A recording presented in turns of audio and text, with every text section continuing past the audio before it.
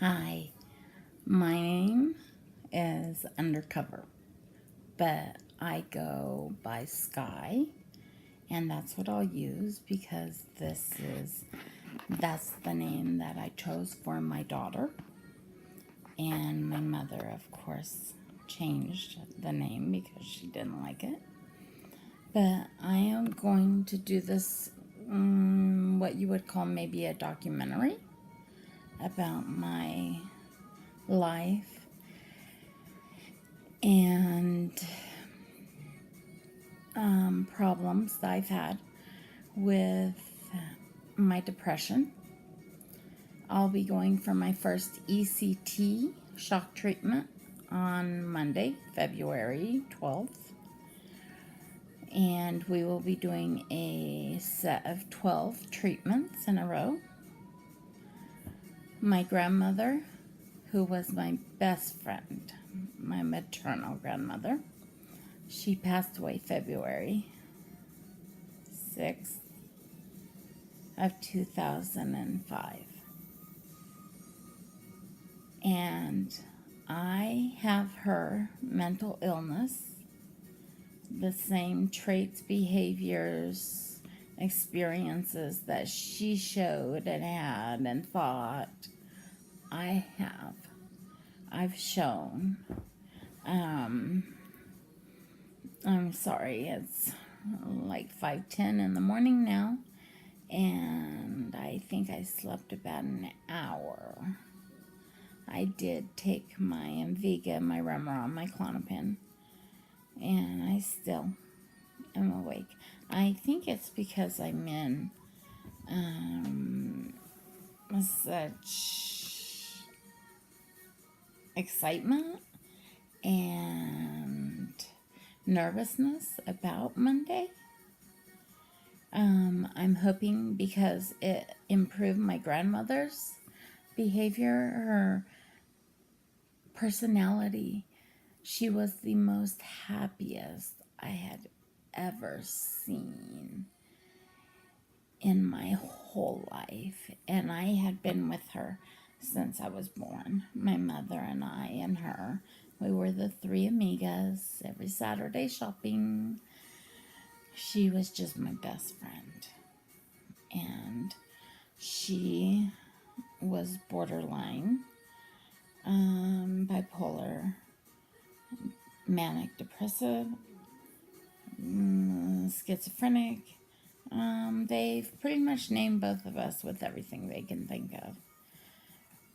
Her paranoia was that the neighbors were shooting their BB guns at her.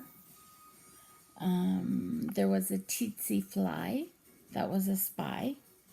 So she actually caught the spy in a medicine bottle, and we flew her and the spy to Arizona to stay with her other daughter, my mother's half sister, and she boarded up the windows. You couldn't speak in her house. You had to write everything down and burn it.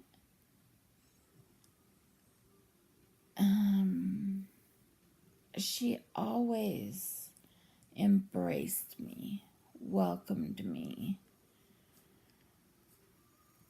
She was so kind to me. I just miss her so much. But my depression has been my whole life. My birth father, if you read in my description, my birth father was married to my mother and a player. And so he had his girlfriend call my mother and tell her to get a divorce. So my mother got a divorce before I was even born. And then I've never met him. We started talking on the phone about just the end of last year. And He has 2 daughters with his second wife. His oldest daughter there is 3 months younger than I am. So that means he fucked her 3 months after fucking my mother and got us both pregnant. But hey, girls, what can you say? We're the best. And so my mother remarried, and he legally adopted me. He was an angel sent to us. He was my mother's soulmate. And they had my half brother. One night he left for work and was killed at work. I was in 2nd grade. He never came home. And I can remember the night as though it was last night. All I remember, my mother says I lost my hearing. I lost my eyesight. To try and cope with it. I remember going into 2nd grade, back to school after this happened, because it happened in April. And I can remember a kid there, one kid, Paul Harvey. He teased me and told me that my father left me because he didn't love me. He left me because he went with another woman.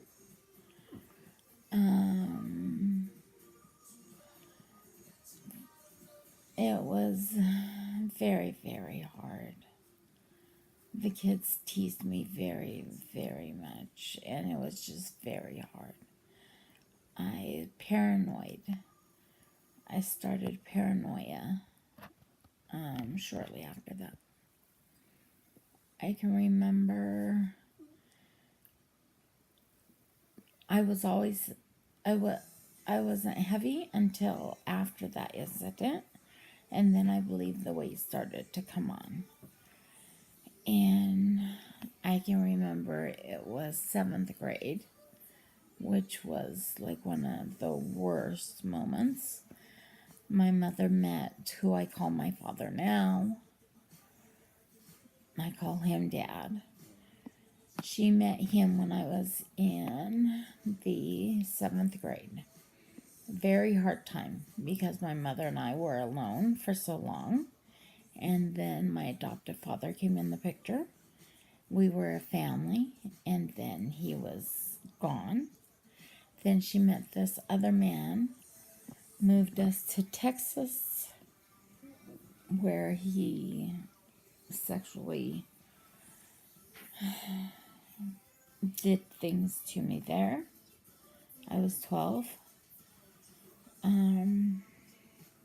We lived there with him for a month.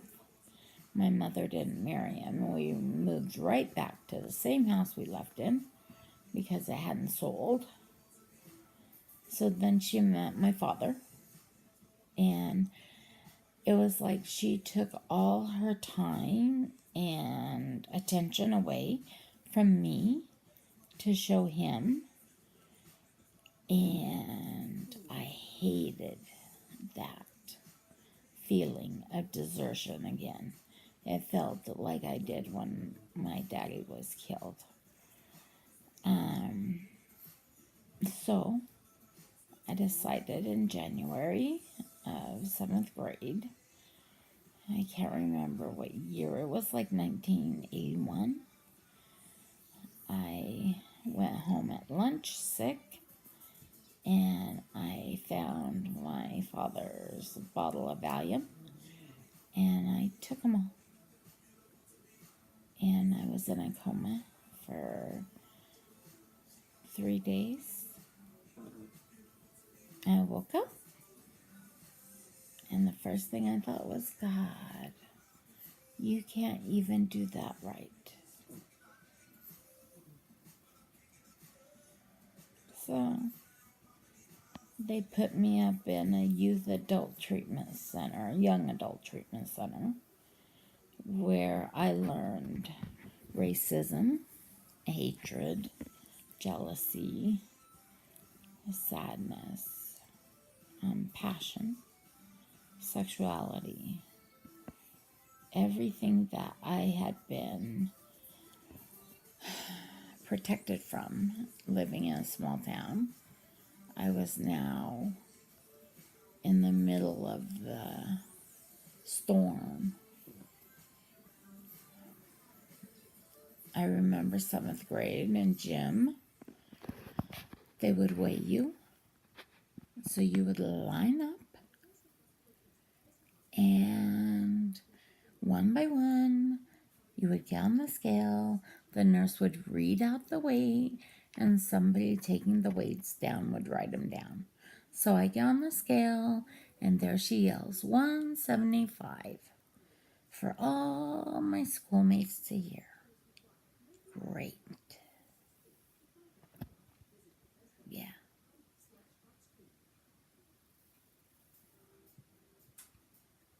Not fun. Just stupid school. Stupid. Very, very hard. Very hard. I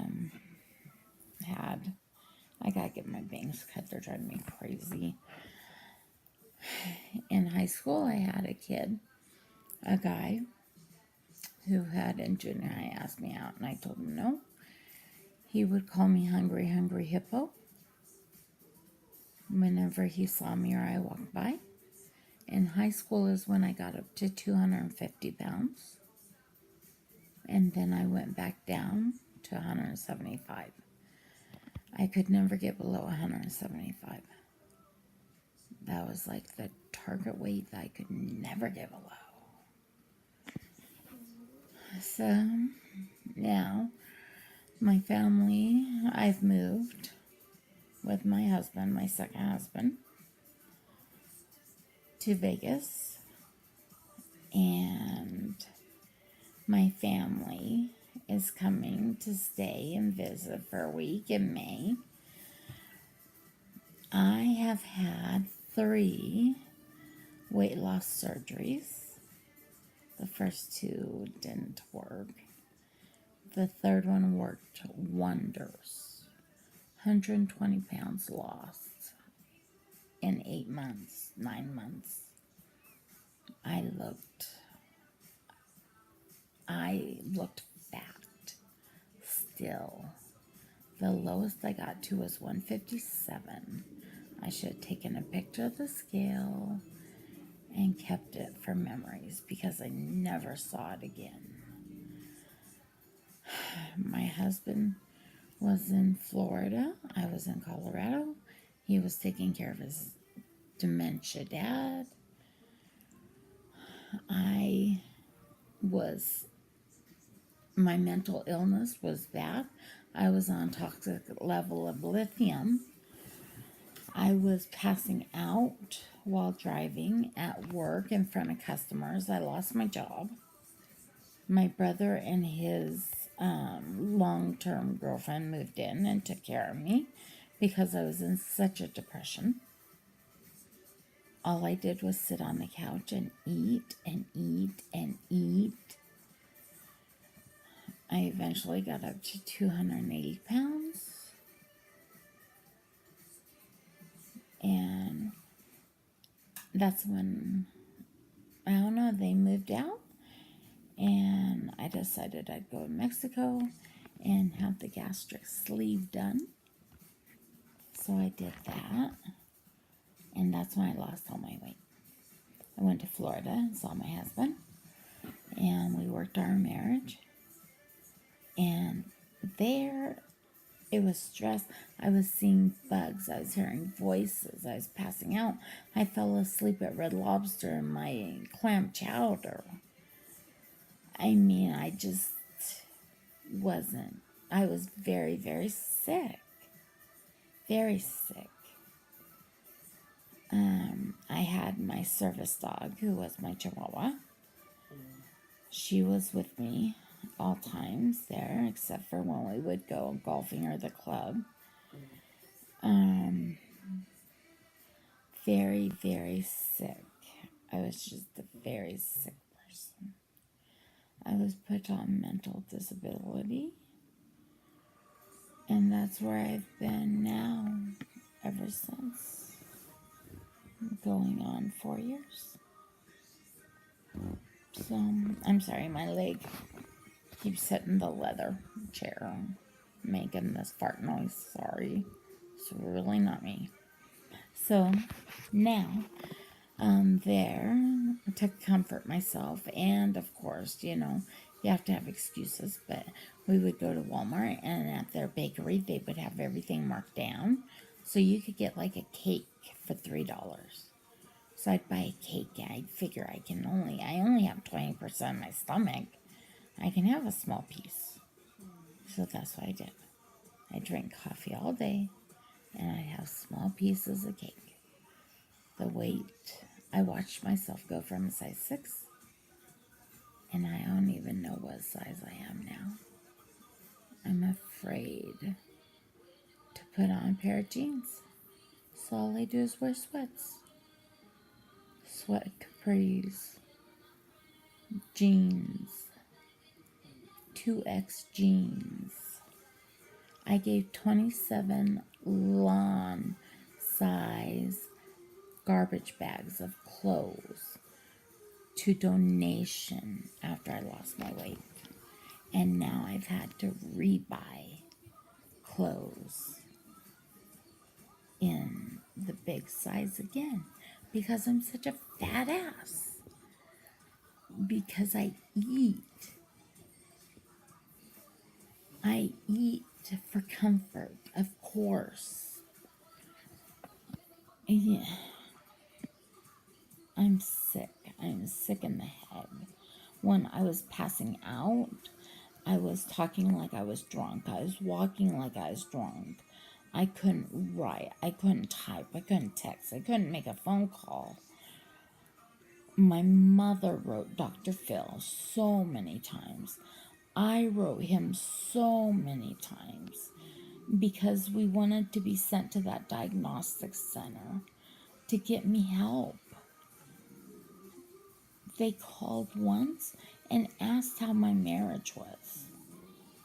They could care less I was falling down flights of stairs or getting into 5 car accidents. I passed out in my closet, and my face, my glasses, these glasses, thank you, Costco's, for replacing the frames. Being metal, when I hit the tile floor, it broke, the glasses spread out, and cut my face all the way down. So I have long scars on my nose and on the sides, on my lip. It was awful. Dr. Phil didn't help. He's turning into Jerry Springer now. The crazier the guess, I guess the better. I don't know. I had video that my husband took of me. I don't even remember what I was doing.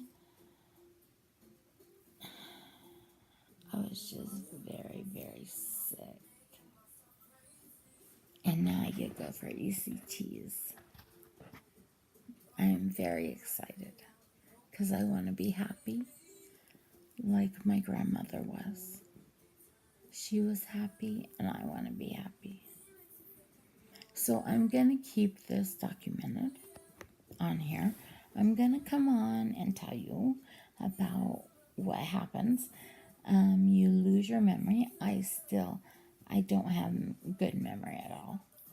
I can remember moments and episodes at work that happened back in 2008 when I first started having episodes of passing out and being drunk, drugged up.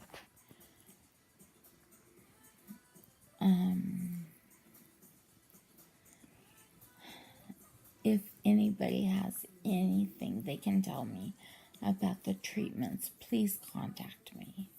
You can email me at skiesmind@gmail.com or skiesmind@hotmail.com.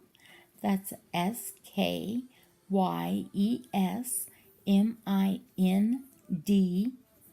@gmail or @hotmail.com.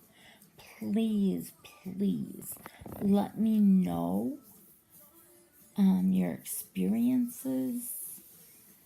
You know, if we get along and we can text each other, that would be really nice. I have no friends. No friends. So it's just me and my husband and his best friend out here in Vegas. Living the life. La vida loca. So, alright, well, I'm gonna sign out for now, but I will be back. If you have any beauty tips, I love beauty, please. I'm starting my weight loss program again because I have until the beginning of May to lose. I'm hoping at least 25, 50 pounds. So my husband was nice enough to buy me this huge treadmill for Christmas. I've used it twice. So I need help. I need people's experiences. I need to know what to expect. If you could please just get on and let me know, I'd appreciate it. Thank you guys. Peace out.